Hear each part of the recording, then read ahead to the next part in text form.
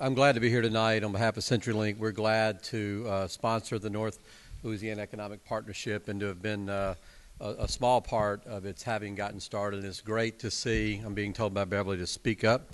I do what Beverly tells me. And it's great to see the growth that's represented in this room tonight. We're glad to be a part of that. Our speaker this evening is Rich Karlgaard. Rich is the publisher of Forbes magazine, which I think you all know is one of the world's leading business publications. I'd say at this point, if you haven't heard of Forbes magazine, you're probably at the wrong meeting. You may want to check another conference room. Rich, I think, is the perfect keynote for tonight's event. In addition to being the publisher of Forbes, he is also a frequent contributor to the Wall Street Journal. You'll see him frequently on various cable news business channel outlets. He's the author of New York Times best-selling business books. So there's a lot of background and information that I think we'll all find interesting. But I think the thing that's most relevant about Rich for us here tonight is, having done all of that, he also hails from the town of Bismarck, North Dakota. So he's a reminder to the folks in this room, in this region, that great people and great ideas and great things can come from relatively remote and relatively small places. So we're glad to have Rich here tonight. We appreciate that he did suffer through some pretty tough travel to get here, and we look forward to hearing what he has to share with us. Ladies and gentlemen, Rich Karlgaard.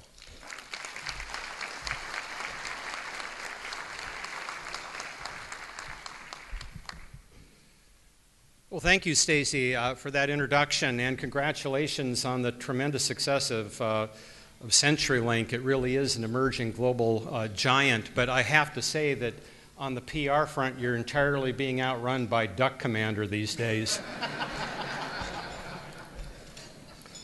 Well, it was mentioned that I'm from Bismarck, North Dakota. Generally, when I ask people if they've ever been there, the answer will be, I've been to the other 49 states, but I've not been to North Dakota yet. But you know, the non-executive chairman of CenturyLink is Bill Owens, who was a Navy admiral from the most landlocked state in North America, who then became the vice chairman of the Joint Chiefs under President Clinton.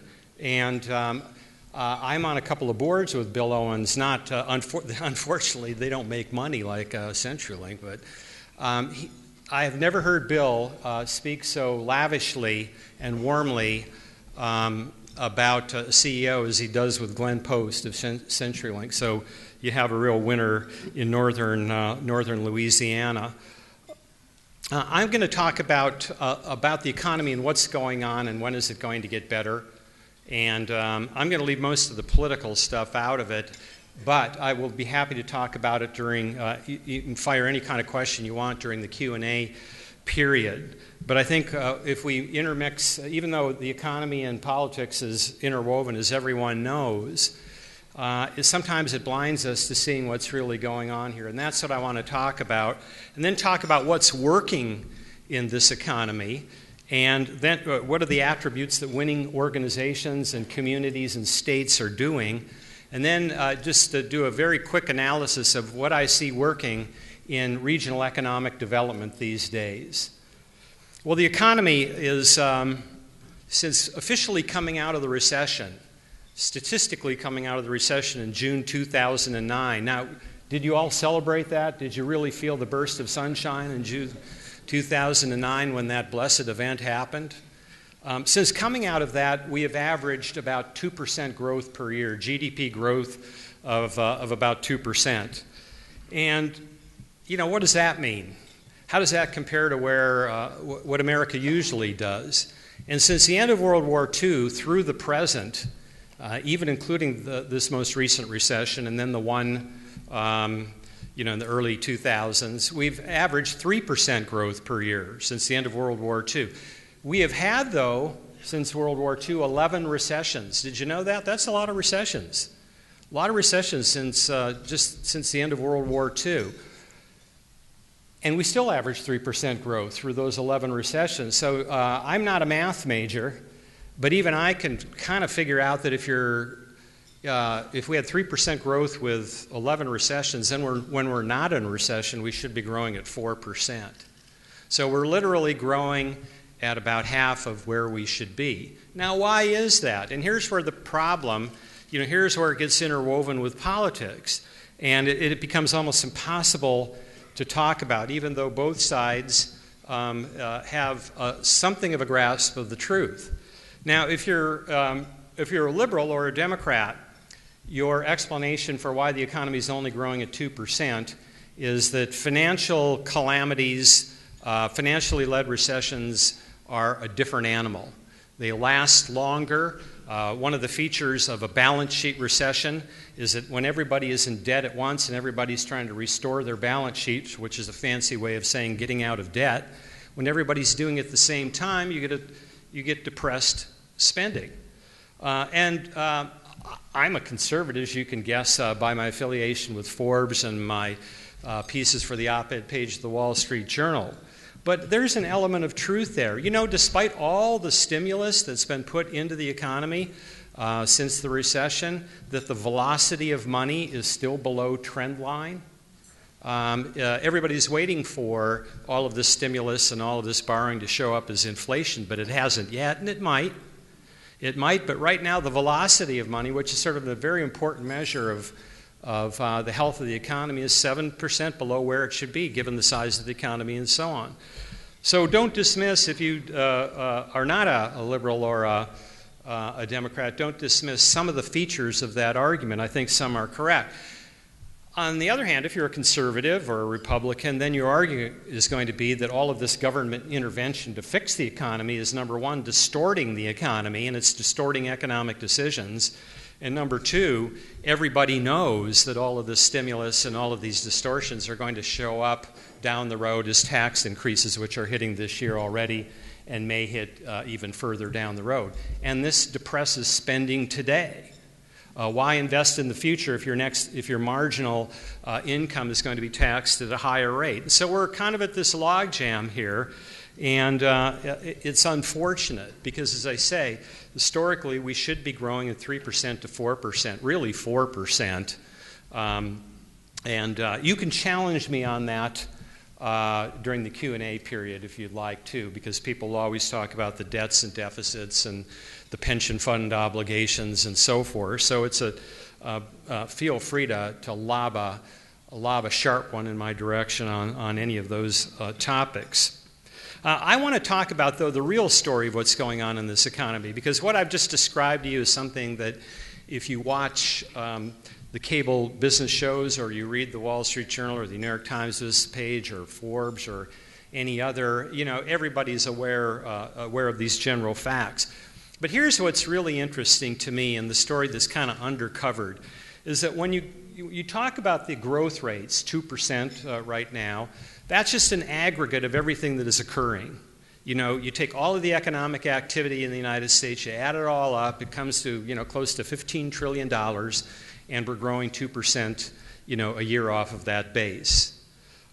What's not appreciated as much is that beneath that 2%, then you see a much different world. The surface is this 2%. It implies almost a yellow caution flag has settled over the economy and everybody has slowed down to a 2% growth rate. Whereas, in fact, what's happening is that this is the most uneven economy that I've ever seen in my life. I mean, uneven in the sense that the winners are doing pretty well and the losers are circling the drain. And it's very binary and very unstable in that sense. And you're either doing a whole set of factors to, executing very well on your vision, or you're confused and you're in a world of trouble. And there isn't much middle ground. You take one of my favorite examples is to last fall, the fall of 2012, one of our iconic companies in Silicon Valley, where I live and have lived my adult life, Apple, became the most valuable company in the world ever when it hit a market value of about $670 billion, 2/3 of $1 trillion, and the talk was at the time, will this be the first $1 trillion company?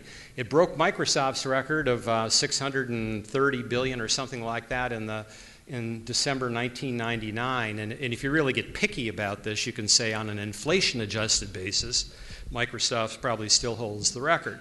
Well, in the same month that Apple breaks Microsoft's record, the consumer electronics company that it was the iconic American company of that kind 2 generations ago was talking openly about going bankrupt.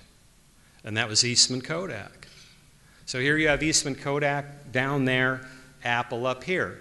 You have, across the United States, you see this incredible disparity. Texas is doing pretty well. Illinois and California are not. But even California is kind of an odd duck. When you look, the top line numbers are a disaster. We have 8, 9, 10% unemployment. We have Stockton, California just declared bankruptcy. There are 9 more cities, in the queue. They're all smaller than Stockton, but they include cities like San Bernardino and so forth. And business people are leaving the state right and left. The state income tax is now 13%, and it kicks in. I mean, it doesn't take a lot of money. With an income in the $40,000 range, you're already in the 9% state income tax bracket. Not a surprise that people are leaving. And yet, Silicon Valley is on a tear. We're in one of these periods where I live in Palo Alto where houses are selling at 20% over list price and going in a week. But it's an island of prosperity. Hollywood's an island of prosperity. The rest of the state's a mess. My home state of North Dakota, since you were so generous to mention it, they have statistically no unemployment. I mean, literally, when you get below 2% unemployment, you have statistically no unemployment. Why? Because of the Bakken Reserve oil boom. North Dakota, believe it or not, is now second behind Texas as the leading oil state in the United States due to the technologies of fracking and horizontal drilling. Now, North Dakota oil is pretty expensive to get to. Oil really has to be at about $60 a barrel for North Dakota's kind of oil to be cost efficient to get. But oil has mostly been there except for the first quarter of 2009. And believe it or not, just as predicted, when oil went down to $40 a barrel in the first quarter of 2009, the wells stopped running. So it's very sensitive to price. It's relatively expensive. But projecting forward, they're going to have more good days than bad up there. Anyway, there's a town in northwestern North Dakota. It's the Shreveport of North Dakota. It's in the northwestern part. It's called Williston. Phil Jackson, the great basketball coach, is from Williston. Williston, there's a McDonald's franchise that has to pay $20 an hour for counter help because it's competing with unskilled labor in the oil fields. So this is the kind of disparity you see throughout the country. Boom here, bust there. And that's why looking at this 2% growth is kind of, it's an indicator, and it's an accurate indicator, but it doesn't really tell you a lot how people are living and how companies are living their daily lives. Now, when you look, there are a couple of historical examples of why, what these post-recession periods look like, and they've always been uneven. And the important thing to realize about them is as the economy comes back, it comes back in a fundamentally different way than it was going into the before the financial calamity occurred. The 1930s. None of us remember the 1930s, but we might have had grandparents or great-grandparents, and we might have heard a story or two from them about what it was like. Stocks fell 89%, peak to trough. Automobile production shriveled by 75%, peak to trough. Global trade shriveled by 75%, peak to trough. Unemployment, 25%, but unofficially about 35%. It was devastation.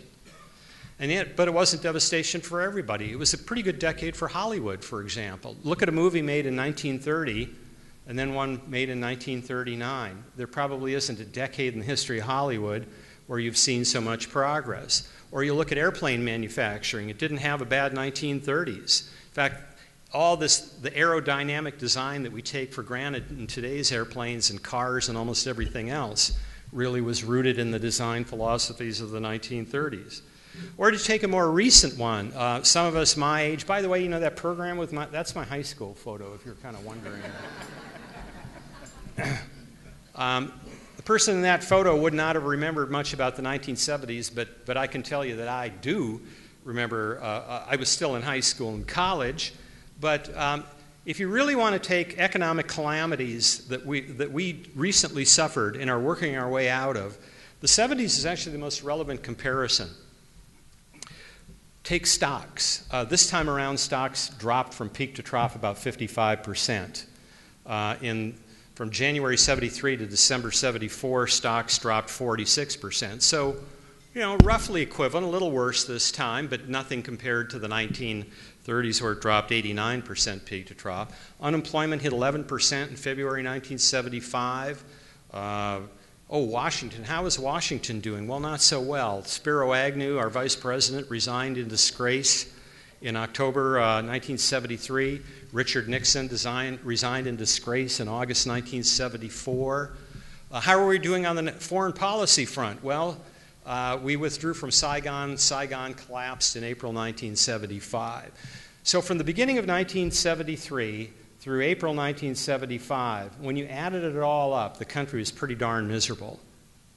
There was a lot of talk that it was all over. All over for all time. Their kids would never live as well as we did. That this post-World War II, period where the American middle class boomed and everybody prospered, it was all over. And it did take a while to work our way through. From 1973, we had that very deep trough of a recession that compares to the one we just went through. We had another shorter, shallow one in 1980, and then we had a very sharp one in 1982 that only lasted about 7 months, but it was deep, and unemployment went back up over 10%. So it took a while. It took a while, and some of the things that you heard people saying about the United States would never come back. I don't know. Does anybody today ever go to MarketWatch.com for financial information? Yeah, there's a columnist named Paul Farrell on MarketWatch, and he's about as gloomy as anybody I've ever seen writing today. And if you don't have a sense of history, guys like this can scare you, because Farrell looks like a legitimate person. I don't know what meds he's on, or there's a deeper story there that hasn't been told. But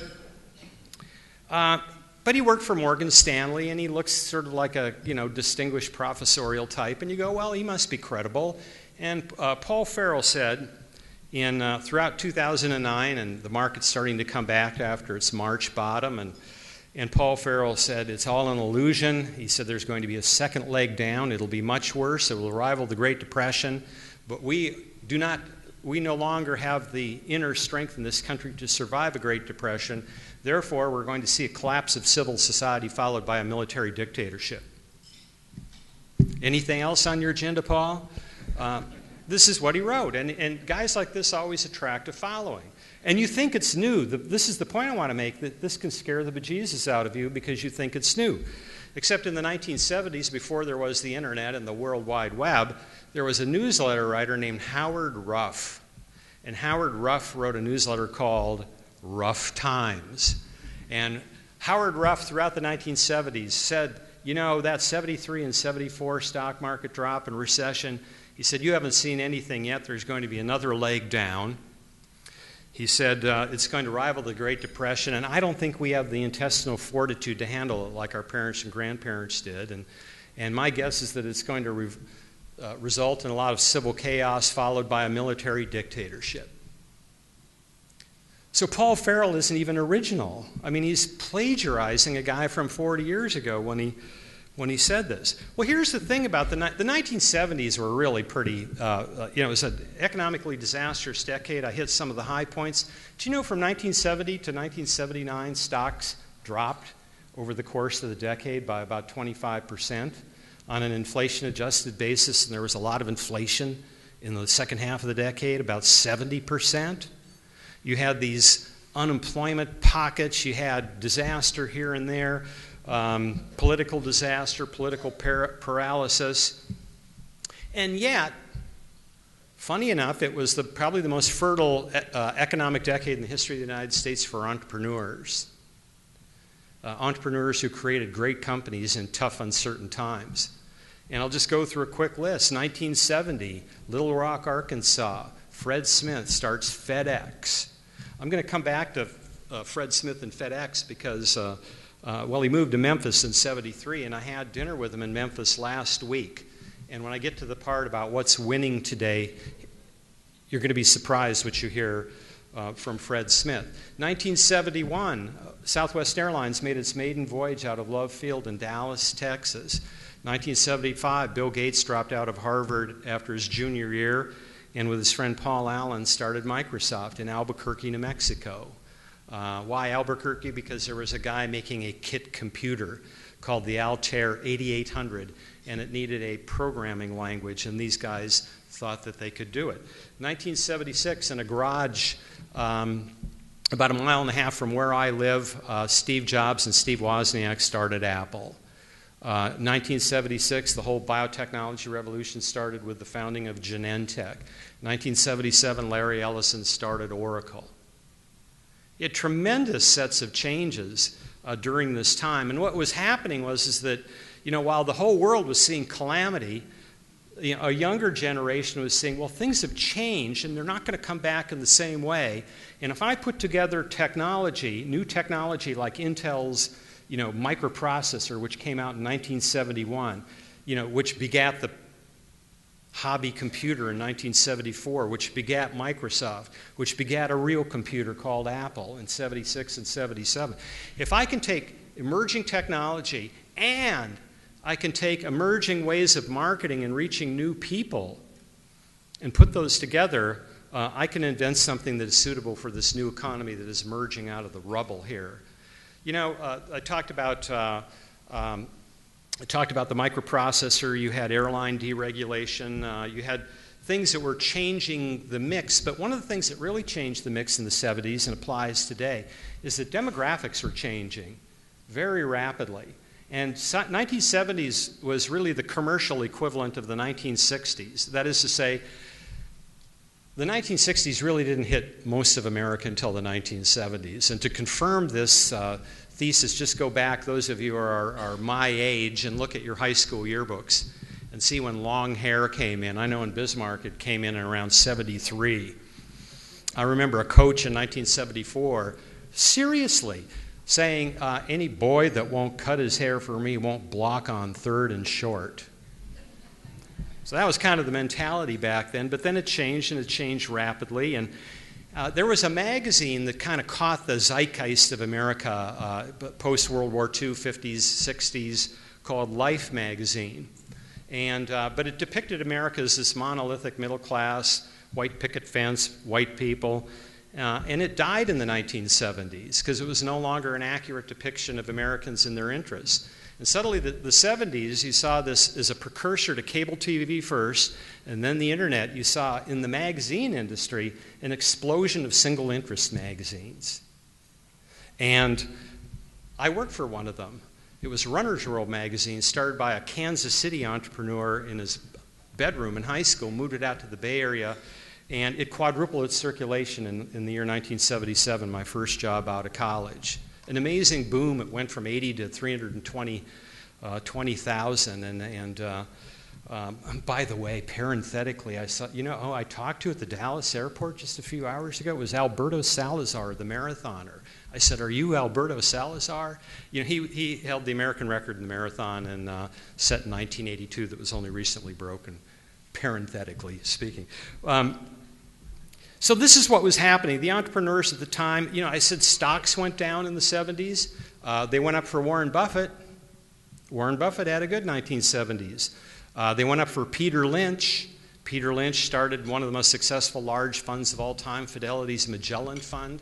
And Lynch said, throw the analysis out the window. Things are changing so rapidly. Go to the mall. This new invention called the mall, by the way. Go to the mall and see where people are walking around. See what they're doing. See what excites them. See where they're putting their money. It was changing times, and it called for different analysis. And I want to give just one more quick example of a recession and how recessions really change the order of things. And this is anybody who lives in the technology world will appreciate this story. In the late 1980s, IBM was so powerful that the US Justice Department was trying to break it up. Business Week had on the cover the most successfully run company in America, which it called, it was a Boston company called Digital Equipment Corporation, a mini computer company. This is in 1987. By 1992, IBM was this far away from bankruptcy, and Digital Equipment Corporation its market value had been decimated, as had the entire mini computer industry in Boston, because of the 1990 recession, which wasn't that big a recession, by the way, but it was just enough to get purchasing managers and IT people to delay their purchases for one cycle. And while they delayed their purchases, their attention was drawn to new technologies, networked technologies, powerful PCs and workstations, technologies that suddenly offered a different value proposition. And if it had not been for the recession, they may not have turned their heads. Now, among all these companies that went from here to here, only IBM's come back. The rest of them are all gone. Apollo, Wang, Data General, gone, gone, gone. So here we live today, and the economy is coming back fitfully. We have a good quarter and then a bad quarter, and then it averages out 2%. We all know we could be doing better. But in the meantime, we don't have the luxury of waiting for it to get better in our own businesses. We at Forbes had a terrible time in 2008 and 2009. We lost money for one of the very few years in our history, and we've been around since 1917. We could not afford for a 4% growth economy to come back. It was an existential issue. We were either going to fix ourselves or we were going to have some other outcome. And so this is where we find ourselves today. So what is working? And I just want to briefly give you this thesis of mine that is going to come out as a book in the spring of 2014. And that is, the great companies today are excelling at the hard and soft aspects of business. Now, the hard ones are the ones that any financial person is familiar with. Most people, chief financial officers, most CEOs, most boards of directors, spend a lot of time talking about the hard issues, money issues, cost, speed, supply chain, logistics. This is where I'm going to come back to Fred Smith and talk about his comments on that. But we live in such a competitive world today that if you are a world-class player on all the hard virtues of business, all it's going to get you is you're going to be a world-class commodity supplier. And Americans have a hard time existing as pure commodity suppliers, because relative to the rest of the world, our wage structure and our lifestyles and so forth are pretty high. It's hard to beat a Chinese company going commodity to commodity if they've got access to the same things. So we want to live at a higher level if we're American businesses. We want to live at a high added value level. And that's what gets you into the soft virtues. And these are the squishy ones. And a lot of sort of hard, fire-eating business people don't like to talk to them about them as much. But they are the ones where you just look around the world and you see the companies that are living well and do have that high margin business are excellent at the soft virtues. And I'll give you some of them. Design. Now, I mentioned Apple, which enjoys margins that are better than anyone else's in that industry, and everyone knows Steve Jobs' love of design. But design just doesn't apply to products. It's a whole way of thinking. It's your processes, it's your stores, it's your software. It's whatever you do will the customer perceive you as smartly designed. Because in a really crowded marketplace like we have today, people simply do not have the time to rigorously assess all the products and services and organizations they associate with. So they go with proxies. And when you're well-designed, you look like a well-designed unit in everything you do. That is a proxy for intelligence. And people want to associate with smart companies today. It's a game. Design is a game changer. Around the country, you're seeing a lot of universities now opening up a master's in design, School of Design. Stanford is now integrating, it's got a School of Design funded by Hasso Plattner, the German founder of the software company SAP. But what's interesting about it, it isn't a bunch of hippies going through it. It's really integrated with electronic engineering and the harder engineering stuff and the business school. It's seen as that valuable. Teams and teamwork are just going to be more important than ever going forward. It was interesting, I'm reading on the way down here, one of the heroes, well, we had this discussion. How many of you watch our TV show Forbes on Fox? I'll give you a little back story there. We did a segment a couple of weeks ago on this complete jerk of a coach, the Rutgers basketball coach. And it was kind of shocking to me. If you watch Forbes on Fox, you know we often divide between left and right on any particular economic issue, and which means that Steve and I and a couple of others gang up on the one liberal on the show, but it's a lot of fun. But here, the divide was interesting, and that is the older of us, like Steve and myself and the liberal lawyer Rick Unger, really were appalled by this guy's behavior. And it was the younger people who were convinced you have to be a jerk today to succeed in business. This is an appalling thing to me. Both the liberals and the conservatives among the younger people thought this is just required. I don't know, if it's just because the economy's been so disappointing, or I don't know if it's because all the cultural indicators out there, that seems to reward the jerk. My son loves cooking, and he watches the show with this English cook named Gordon Ramsay, who humiliates people every week. And it's popular, and it's kind of seeping in. Well, it doesn't work. It doesn't work at all. And when you look at, and even the ones that work, it's short-lived. And even the ones where you think they're a jerk, they're not the jerk that you think they are. But in sports, so I mentioned on the show, what about John Wooden? John Wooden won 10 NCAA basketball titles at NCAA, in the NCAA basketball titles at UCLA. What about Bill Walsh? And I'm naming California coaches simply because I'm a little more familiar with them. But this team, business is moving at the pace of Moore's Law. It's moving at the pace of technological evolution. And more humans are the gating factor. We are the slowest evolving parts of our organization and our entire business. And if we can get our teams operating, how many of you would like to have a 25% more productivity in your sales team with the same budget and the same people without changing a single dollar figure or a single person? That's pretty big, isn't it? McKinsey recently came out with a study that shows how that can be done, simply how you configure the team and how you reward the team. That by playing with those variables, you can get that big a band. I mean, that's pretty darn amazing. Now I want to talk about culture and passion, because here's where I'm going to loop back in Fred Smith. This came off the topic, does capitalism select for bad guys, just like sports, bad sports coaches? And he was the one who said, not in the long run. And then he said, culture is everything.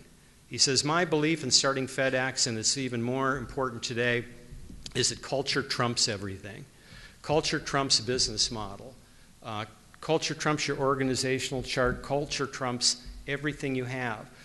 Because culture is what is going to keep the people united. FedEx, you try to get a FedEx person to deliver a package on Christmas Eve so some kids won't be disappointed.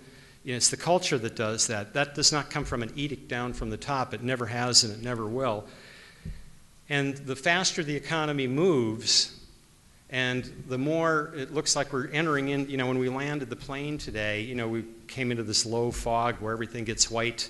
That's what business looks like today. And if you don't have the cultural values, then you don't have much of a chance. I want to talk about now just economic development, just touch on three things. So this is just a final segue, and then I'll take questions. I know it's kind of getting late, largely due to the fact that I was late, and I appreciate your patience. Groups like these think about economic development and the future of Shreveport, and there are really two interesting schools of thought out there, and I think neither one of them are complete. But one of the schools of thought is, if you study this subject, there's a guy named Richard Florida who's written a book called The Creative Class. And the idea is that if you reinvest in the downtown and you have fancy coffee shops and art galleries and things like that, you will attract creative people who are the kind of people who are good at the soft virtues that I talked about. And they, you get this more entrepreneurial environment in the community. And he's been a very popular writer and lecturer. And then at the completely other end of the spectrum is a guy named Joel Kotkin. And if you Google Joel Kotkin, you'll see that Joel Kotkin and Richard Florida get into fights all the time. Joel Kotkin will say, well, Florida is mixing up his cause and effect. If you get the economic success built from whatever industry, built from the industries that you're natively good at, oil and gas, telecommunications, don't try to be somebody else, be true to yourself. The money will attract the creative class, and then it becomes self-perpetuating. But if you go for the creative class first, well, that's fine, but where are the engineers? Who's going to get the oil and gas out of the ground and all of that stuff? So this goes back and forth and back and forth. And they both have a little piece of it, sort of like the blind man and the elephant. Now let me give you the third factor that I think is the most important factor of all. And that is the power of one person to change things. If I mentioned a city, and I asked you to say, is this a city with a lot on the ball, or kind of a dying city? Raise your hand if you think it has a lot on the ball, and raise your hand if you think it's a dying city. Seattle, a lot on the ball, dying city. Well, most of you didn't raise your hand, but of those of you who did, nearly all went for Seattle, and that would be the correct view. In the 1970s, Seattle was so economically devastated. It was the poster boy of unemployment in the United States. That Boeing was in was kind of one and only large employer. Maybe it had a couple of others. It was very tied to the timber industry and very cyclical economy. It was going through a bad patch in the 1970s, and there was a billboard in town that said, "Will the last person to leave Seattle turn out the lights?" Just 40 years ago. Just 40 years ago, that was the picture of Seattle. What changed it? One person. 2 years after living in Albuquerque, Bill Gates got bored living in Albuquerque. Some say he had so many speeding tickets that it forced him out of Albuquerque. But in any event, he moved back to his home turf in the eastern suburbs of Seattle on the east side of Lake Washington and Bellevue and Redmond and started Microsoft. And Microsoft took off like a rocket. Now what happens is when a company takes off like a rocket, particularly if it's a native son, and everybody says, wow, I went to school with that guy. He wasn't Superman. Yeah, he was bright and a little weird maybe, certainly dedicated. But suddenly that feeling that it can't happen here completely reverses, and people get the idea, well, maybe it can happen here. And so you get one of those, and then it ripples throughout the country. Jeff Bezos of Amazon is not from Seattle, but he moved to Seattle to start Amazon. Howard Schultz, poor kid from the Bronx, not from Seattle, but started Starbucks in Seattle. And that's the kind of self-generating thing that you get. In my state of North Dakota, there was a guy out of Fargo named Doug Burgum who started a company called Great Plains Software, which started in the 1980s and went public in 1997. Then he sold it to Microsoft in 2001. Now it's called Microsoft Dynamics. It's really Microsoft's enterprise software. And most of the developers and all of the call center people are still in Fargo, North Dakota. Well, right away it starts changing Fargo's self-perception. Just look at the two universities, and the big universities of the state, the University of North Dakota and North Dakota State University. Now for decades, for my whole life growing up, the University of North Dakota kind of felt a little superior to North Dakota State University, the Aggies. Kind of the way I suppose Texas feels about Texas A&M, or Iowa feels about Iowa State, or any state that you go to, there's that kind of the ag people, Well, in a technologically driven economy, that begins to change. Anyway, Burgum is passionate about North Dakota State University, and he starts investing his tens of millions and hundreds of millions of dollars into it, and he builds his football program up, among other things, and they, for the second year in a row, won the next division down from the BCS division. They've got an indoor arena that seats 20,000 people for football. But more importantly, for the business environment, they've got other technology companies now.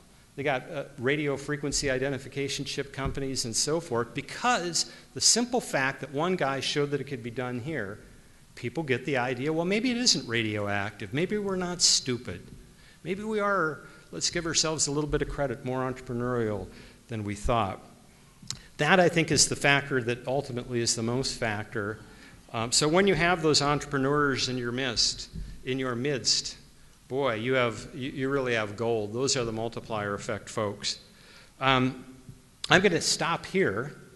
If anybody has any questions, just shoot your hand up, and we'll get going. And maybe go for, 10 minutes or something like that? What's the shortest route to 4% growth? Shortest route to 4% growth. You would have to ask the hard question right off the bat. I think we have to have a radical overhaul of the tax structure. I'm going to pitch a little bit of Steve Forbes here, and I think it has to certainly move in the direction of flatter and simpler, so that it's not full of distortions. One of the peculiarities of this economy, remember I said, my view is that it's very binary, and one way is that it's almost sickeningly binary, is that large publicly traded companies are doing okay, and small businesses are struggling. Because a large publicly traded company, number one, can amortize their legal costs over a much larger revenue base, and number two, they have lobbying muscle to be able to bend the tax code and the regulatory apparatus here and there to their advantage, whereas smaller companies do not. So that would lead to number two, is some radical regulatory simplification. I think that really measures the effect and sunsets regulations that for which we really don't need a tax in the telecommunications system to fund the Spanish-American War anymore. It's over, right? I'm right about that, right? 1898, we have a tax that was conceived in 1898, and it's still there as this ghost haunting, our telecommunications structure. So, those two areas, I think, would get us from 2 to 3. Then, this is the more radical one. I think we're going to have to, state by state, cool heads are going to have to come together and really solve this pension crisis that exists in state budgets and sometimes municipal budgets. Now, to give you an example, CalPERS, which manages the retirement fund for California public employees, has $250 billion under management, $250 billion. I have a friend named Andy Kessler who also writes for the Wall Street Journal. He wrote an op-ed piece. You know what CalPERS' assumptions are for the annual return off of that $250 billion? 7.5%.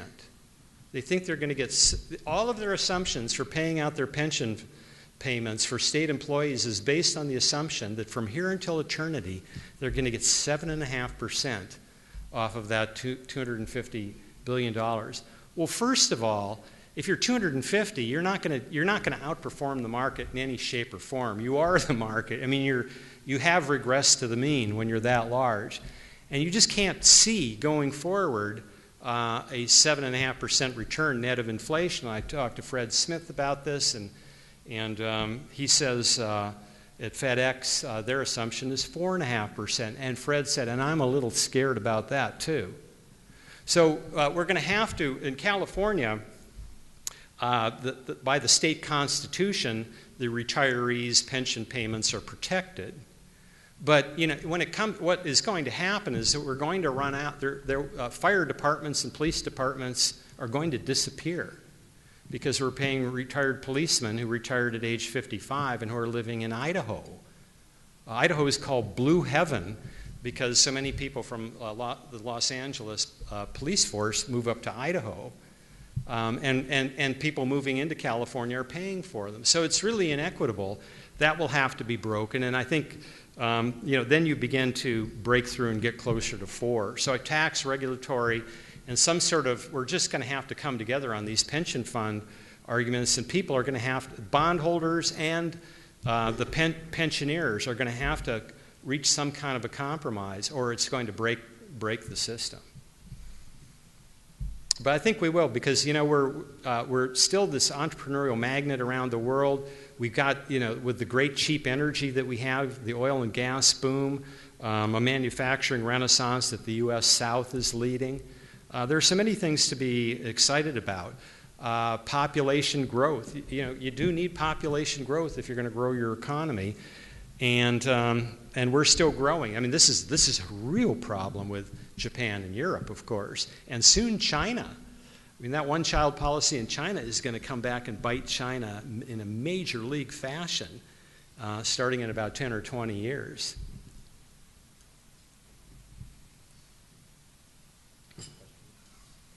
Yes. What would you say, if you have a sense of what the effective actual unemployment rate is? We talk about it as being, where the numbers came out recently, 7.6 or whatever it was. But if you really looked at the overall capable workforce, what would you put that number at today? Yeah, the question is on what is the real unemployment rate? And the answer is it's tragic. Somewhere in the neighborhood, when you count people who've stopped working, or people who are claiming disability when they're really not disabled, and all of those, it's probably 15 to 20%. Just as in the Great Depression, it wasn't 25%, it was closer to 35%. And that's a national tragedy. And what can we do to make it better? Now, a lot of talk, that we need to double down on education and so forth. But this university education in the United States has inflated at a 7.5% rate per year for the last 20 years. And that's why, if you're not in the upper middle class or rich, it's just almost impossible now to go to college. And this has led to this, trillion-dollar bubble in college loans that may not be paid off and so forth. But we've got to keep people educated.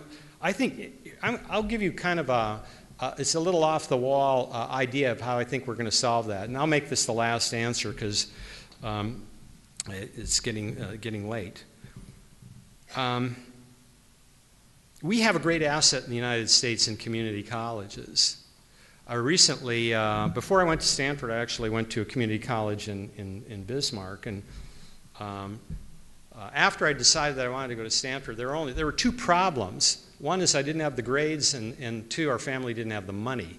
Other than that, but my dad was a public school athletic director, and so I plotted out a strategy, and that was to make my first 2 years of college for free. And I did that by living at home and going to the local junior college. So I was able to do that, and junior college, and I was able to get serious about academics, and I was kind of a late bloomer in sports, and that helped in track and field and cross country. That's why I was excited to see Alberto Salazar. But there are two things that junior colleges do well. There are kind of 2 tracks. One is the transfer track, which I just described, and that's saving the first 2 years of tuition and expenses and giving the late bloomer a bit more of a chance to get caught up, and underprivileged people a chance to get caught up and so forth. And the other one is kind of the skilled trades. And I think with the energy boom and the manufacturing renaissance, right now, even with the high unemployment, we have kind of a lot of skilled trade jobs can't be filled. I mean, electricians can write their own ticket today, and yet we're not producing enough of them. So this is sort of the other thing that community colleges can do well. And some really focus. I was at a awards ceremony in Washington for community colleges, and they awarded one to a community college in Walla Walla, Washington that is kind of the trade school, and then one in Santa Barbara that is kind of the transfer school, cutting your transfer to the University of California system basically in half. Well, here's the third element, is that what I really found encouraging, you've probably read a lot about online education and these, the acronym is MOOC. It stands for Massively Open Online Colleges. And the idea is that you can get world-class professors online. And if you project forward, they're going to be big screens and all of this kind of stuff, and you'll be able to stop the lecture and all kinds of fun things. And I think there are a handful of motivated people who really respond to this, but most of us really need to be encouraged through group learning. And this is the vision that is being embraced by the smarter of the community college people, is that they see a natural ally with online, whereas a lot of universities see a threat. One of the differences between universities and community colleges is that universities are really kind of beholden to their professors, but not so much at the community college level. So if you can imagine the community college of the level of the very near future having world-class lectures, theater-sized surroundings, and now the job of the community college teacher is really to guide people in the discussion afterwards and the study guides and so on. People going to those community colleges will be exposed to better teachers, better courses, better everything than some of the existing universities out there. And it'll be a heck of a lot cheaper, and it'll be open to people to kind of dip in at different parts of their life. I mean, you might have a skill set that suddenly, somebody disrupts out of existence. That was paid you a good salary, a good wage, and then all of a sudden it's automated into software or a robot or something like that. You got to go back. But you can only do that if it's kind of cheap. And so I think I'm really excited about that possibility. Clayton Christensen, the Harvard Business School professor, thinks 25 to 50% of universities in the United States are going bankrupt, are going to disappear. And you'll have the good ones, the well-funded ones, the leading state universities, the leading private universities, and so forth. And then you will have the MOOCs in combination with community colleges, which sounds maybe a little scary, but when you think about what it will be able to do to refresh people's skill sets and I think really tackle this entrenched unemployment at a deeper level, I think it's pretty exciting. Well, I've been late and now I'm a little long-winded, so I really thank you for your patience. You've been absolutely terrific. Thank you very much.